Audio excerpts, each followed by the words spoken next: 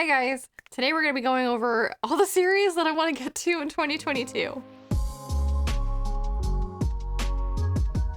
I'm breaking this down into a couple parts, and one is going to be significantly larger than the other because I am an ambitious dummy. So first off, we're going to do series that I'm currently reading that I want to finish this year. Starting off with the book I'm actually reading right now is The Bone Shard Emperor by Andrea Stewart. The third and final book for this series comes out, I believe, in November, and it's called Bone Shard War.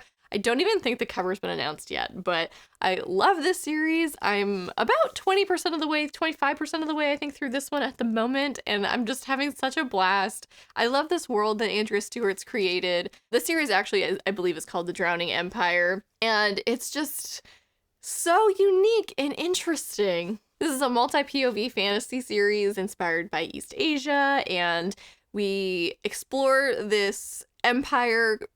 I believe it's called the Sukai Empire, and it's made up of a series of islands. An inciting incident in the first one is an island sinking, and it's so intense, and it really gets the story going off on a really strong foot. The characters are really interesting and likable, especially this character named Jovis, who is a smuggler with a heart of gold.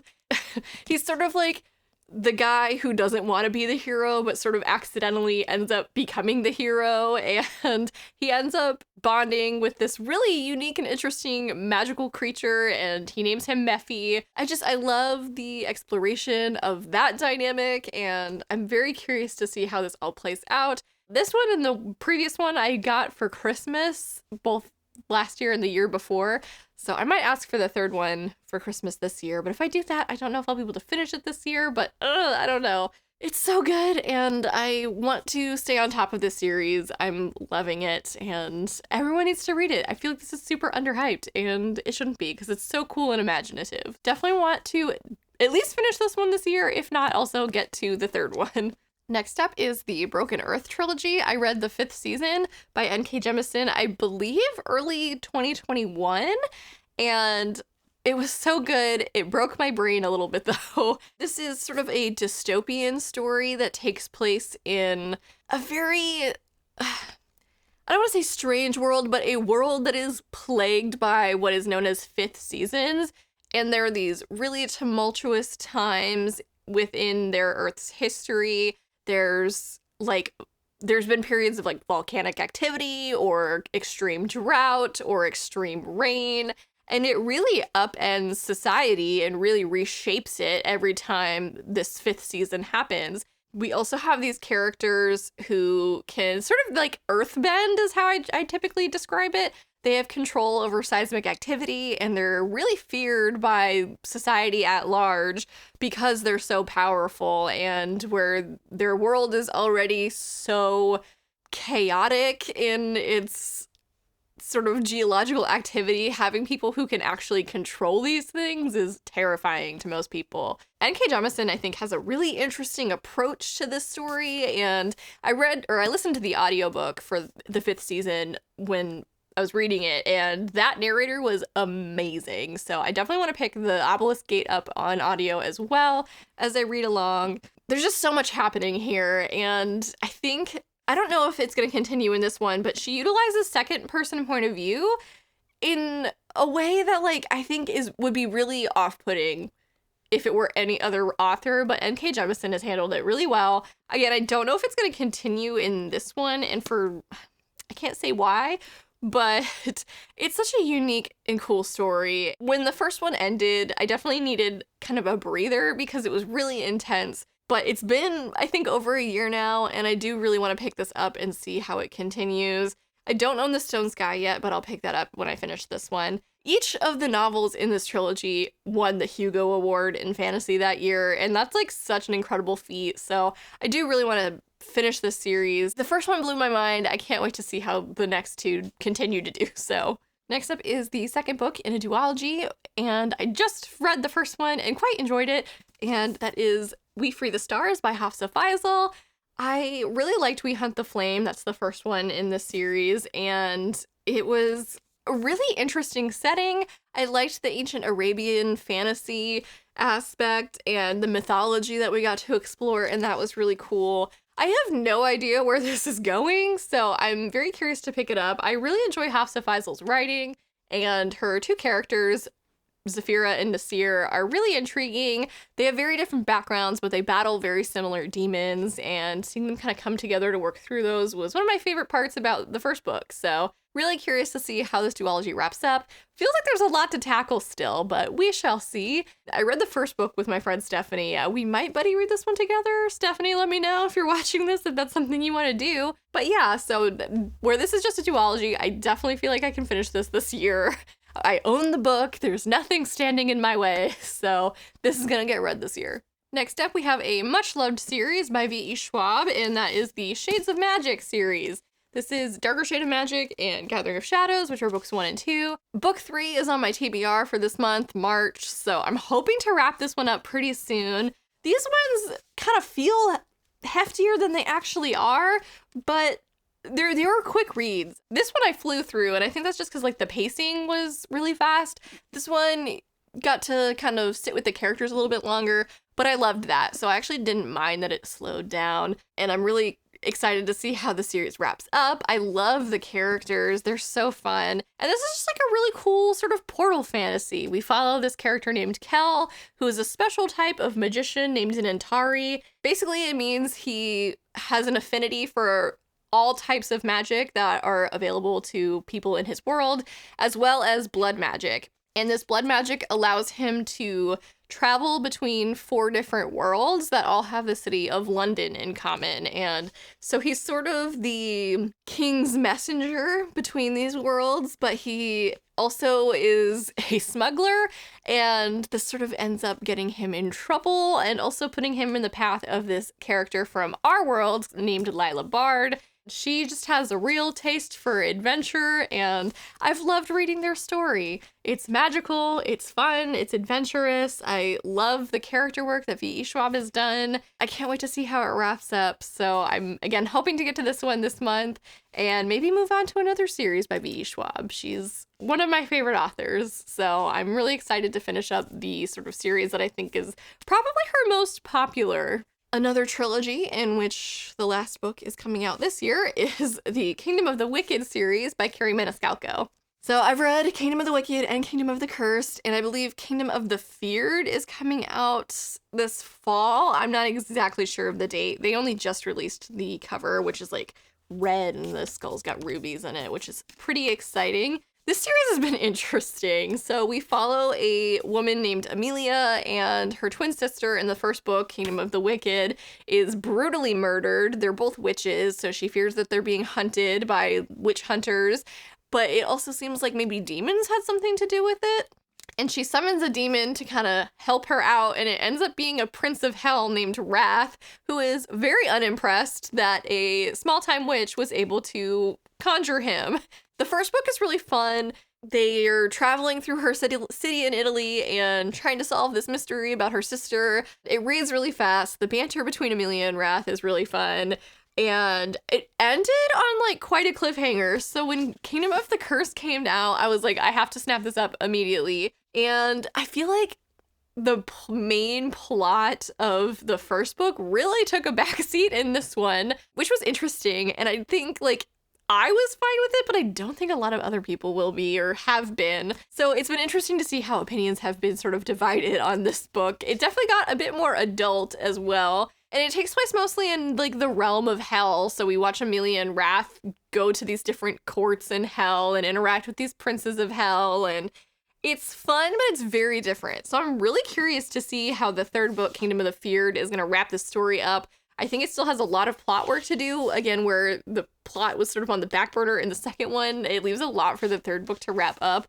But I am curious. I really like the relationship that Carrie Maniscalco has developed between Amelia and Wrath. I think it's a very fun dynamic. So curious to see how they continue to team up and figure out this whole mystery surrounding Amelia's sister in the third book. I literally have no idea what's going to happen next. These are really fun and fast reads. So I'm really looking forward to the third one. And I think it's like, for some reason I want to say August or October.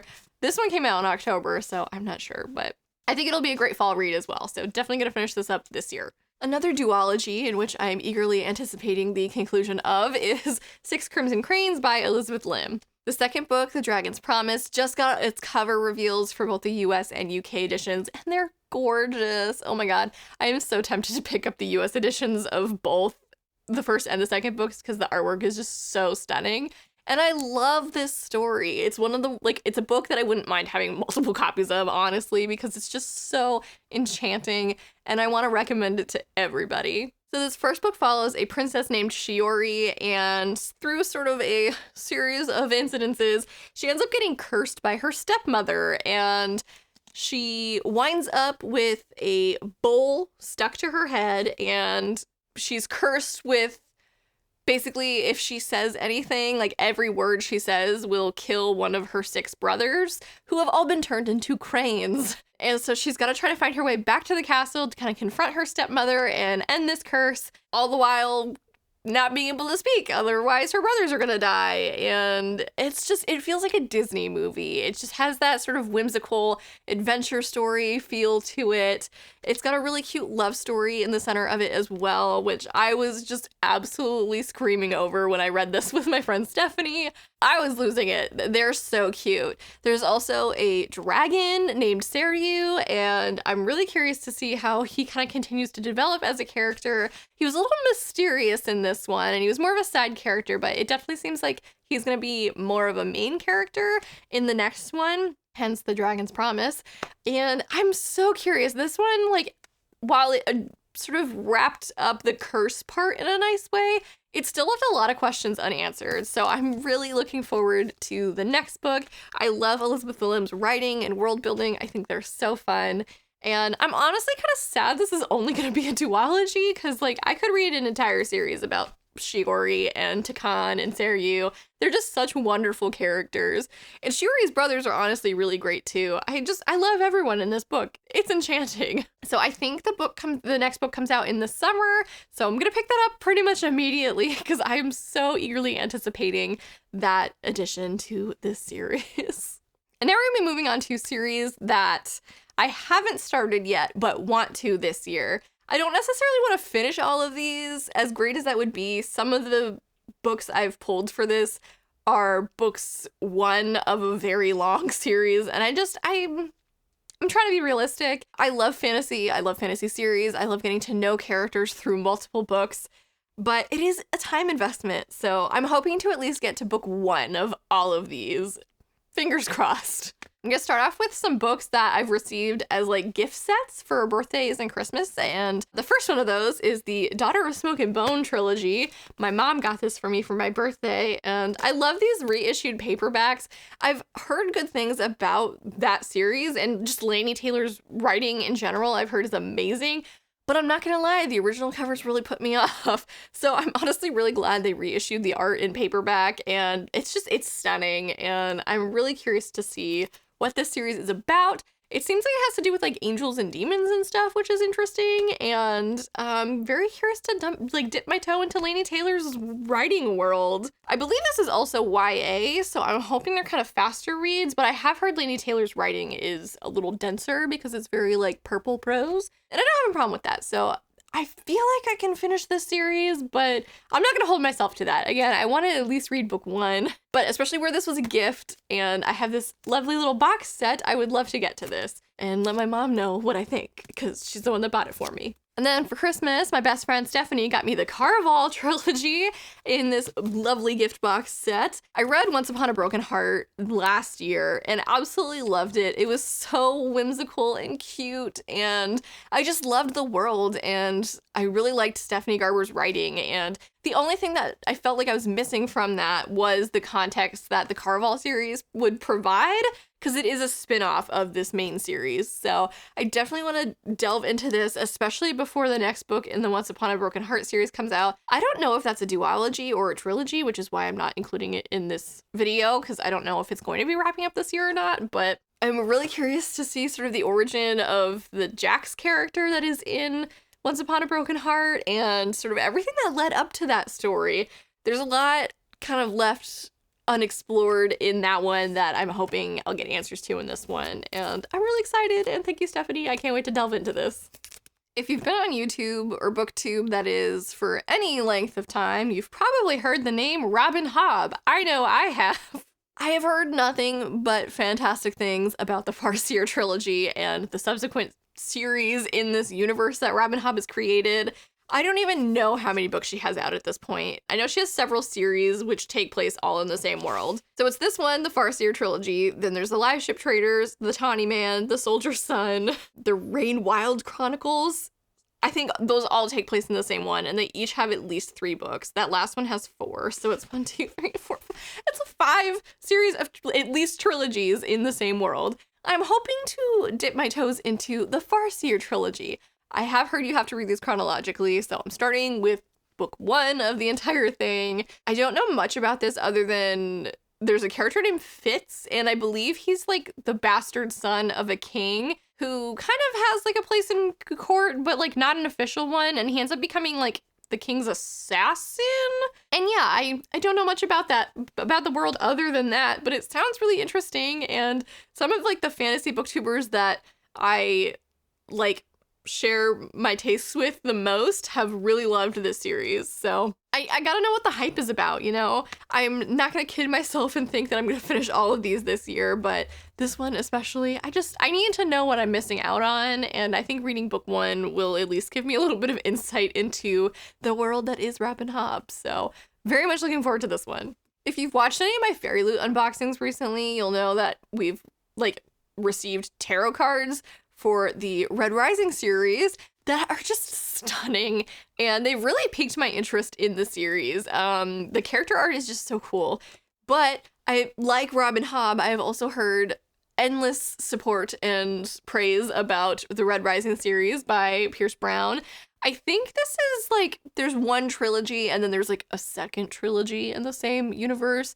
But this one is Red Rising, Golden Sun, and Morning Star. I have all 3 of these, so I'm not gonna, like I said, I'm not gonna try to like hold myself to reading the entire trilogy this year, but I definitely want to check it out. I've heard it's described as a mix of like The Hunger Games meets Game of Thrones, and I love both of those things. So I think that sounds really cool. I think this is more like sci-fi than fantasy. I'm not sure. If that is the case though, I'm really excited because I haven't really read a whole lot of sci-fi, and it's something that I've been wanting to get more into. So I think this is a great place to start, especially where it seems like everybody really likes it. And I'm so excited. And I'm really looking forward to using the tarot cards as like bookmarks as I read these, because I love having a visual established for like what these characters look like. I just find that so helpful, especially in a fantasy series where you're so overloaded with information. The last thing you want to do is try to like conjure an image of a person in your head. But very much looking forward to this one. I don't know a whole lot about it other than I think there's like a caste system, like a color-based, not like a race-based one, like reds are like the lowest in the cast and they do like manual labor and stuff, and I think our main character is a red who tries to like climb the ranks. That's all I know. So I'm curious to find out more. Another series I can't stop hearing great things about is the Greenbone Saga, the first of which is Jade City by Fonda Lee. I believe this is sort of like a mafia urban fantasy thing. And it sounds really interesting. And there's like jade-based magic, which is cool. So I've gotten more into like urban fantasy this year, or the last couple years as well. So I'm curious to kind of expand my horizons on that aspect. I've only seen one person not like this series, and it's for reasons that I think like won't deter me from it. So really curious to get into this and see what all the hype is about. I've seen this all over TikTok and BookTube. So the 3rd book just came out last year, and as you can see, I've committed to the paperbacks. So I'm gonna probably wait until the 3rd book is out on paperback to like finish buying them, but I do at least want to check out the first installment this year. It sounds really interesting, and I'm really curious to see how this jade-based magic works and how that's gonna affect gang dynamics, because I think that will be an interesting sort of boost to some people's power. I don't know, it just sounds so cool. Next up is the Daevabad Trilogy. I have City of Brass and Kingdom of Copper. I've been keeping my eye out for a used copy of Empire of Gold. Haven't found one yet, but maybe one day I will. But I would love to read City of Brass. This is another series I've heard great things about. Like We Hunt the Flame duology, this is also inspired by sort of ancient Arabia, I think. Oh no, okay, never mind. It takes place in 18th century Cairo. So it does take place in like the Middle East, but not like ancient times. I know there's like jinn and stuff in it as well. I don't really know a whole lot about it. I think the main character is like a thief or a con woman, right? And she makes her living swindling Ottoman nobles, hoping one day to earn enough to change her fortunes, but then she accidentally summons a mysterious jinn warrior during one of her cons and learns that even the cleverest of schemes can have deadly consequences. That just sounds so fun. I love that concept. I have no idea what this trilogy is about beyond that. I think she ends up going to this place called the City of Brass. Not sure, but I've heard it's excellent, so definitely want to get to at least book 1 this year. I've heard excellent things about this series, and I'm really enjoying sort of these fantasies that are inspired by a broader scope than medieval Europe. It's been a lot of fun, and I feel like I've learned a lot too, so very much looking forward to these. Next up, we have a Norse-inspired fantasy, and that is Shadow of the Gods by John Gwynne. This has been on my radar like since it came out, and I've been so excited to read it, but like, I don't know, I've been like intimidated by the size, and like I'm literally looking at it. It looks kind of like a chonker, but I just saw, I think it's only like 400 pages, 500, less than 500. I've read multiple books longer than that already this year, so I should be able to get into this no problem. I also did just get approved for an e-arc of the sequel Hunger of the Gods, which comes out in April. So now I feel like kind of under the wire to read this one and read the second one so I can get a review up for the arc that I don't even know why I applied for that arc. I'm too ambitious. I flew too close to the sun, but I am really so excited to get into this, and I've heard really good things about John Gwynne as a writer. I also have Malice, but Shadow of the Gods is the series of his that I am most excited about, and where it's still coming out, I kind of want to like stay on top of the new release train of his.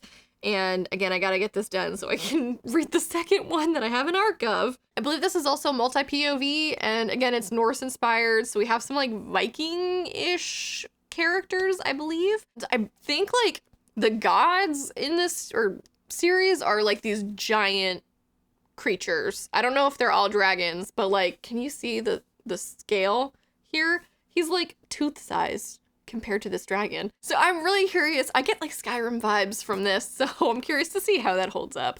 But yeah, I gotta get into this one, and soon. That's right, I have not one but 2 Laini Taylor series on this list, and the other one is the Strange the Dreamer duology. Another booktube book talk darling. I've heard excellent things about these books. I had them in paperback up until recently because then I found the hardcovers, and while I think this one is not the prettiest, I really like that cover. Plus, I prefer hardcovers. So when I picked these up for the second time, I was like, okay, Lexi, now you finally have to read them. So I'm hoping at least with the first one to buddy read with Stephanie, because I gave her my paperback copies. I think that would be a lot of fun. And I don't know, I've heard excellent things about Laini Taylor's writing, and I really want to see what all the hype is about. It seems really cool, and where this one is just a duology, I feel like it's doable. I don't know what the second one is about, but I know the first one is about this man named Laszlo, and I don't know I feel like he's like a scholar, but I might be wrong. Okay, he's like a junior librarian, okay. But he's obsessed with this place called Weep, and that's not the real name, but like the real name of this place has been lost to memory for some reason. Everyone thinks that it's like a fairy tale, but he's convinced that it's real, and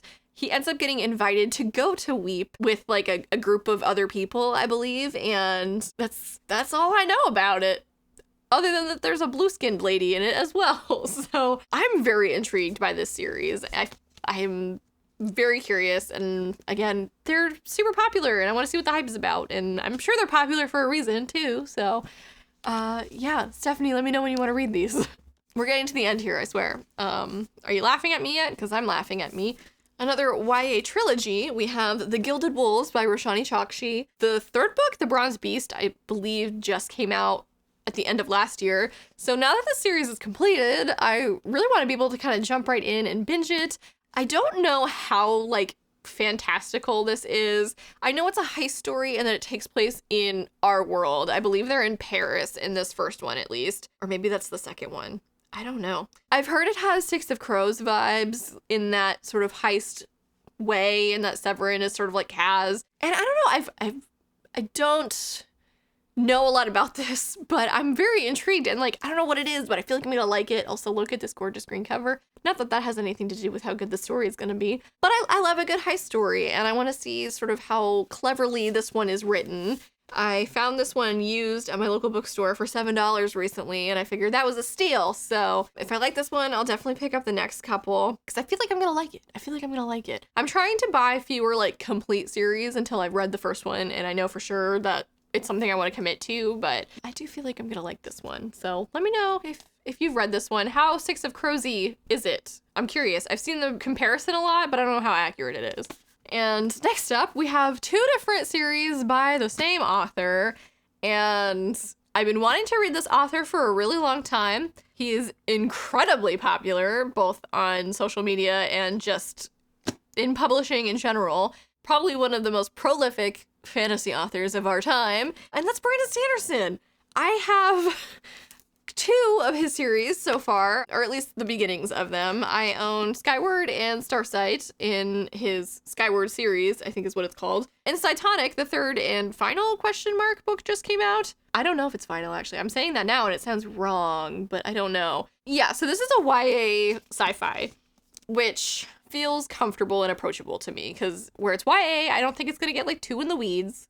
I'm much more of a fantasy reader, but I want to explore sci-fi. And again, this feels like approachable, and I've heard great things. The main character's name is Spensa. Her father was like infamous as a war deserter. Like, he was a really good pilot, but then like he deserted, and so she is also aspiring to be a pilot, and she has to overcome the stigma that her family kind of has surrounding her, and she's got to prove herself. And I think they're like fighting aliens. I don't know exactly what, but that sounds like a cool setup. I'm into that. Again, the 3rd book just came out. I think there's like a couple of novellas that take place in between, so I'll have to check those out too. This just felt like an approachable start to Sanderson, because I know his world is large, and this feels small, so I feel like I can do it. It's dipping my toes in. And then I also picked up Way of Kings because I found it used at my local bookstore, and this is hard to find like this, especially used. I found the mass market paperback copies a lot, but I prefer the floppy large ones. So when I saw this one, I snapped it up,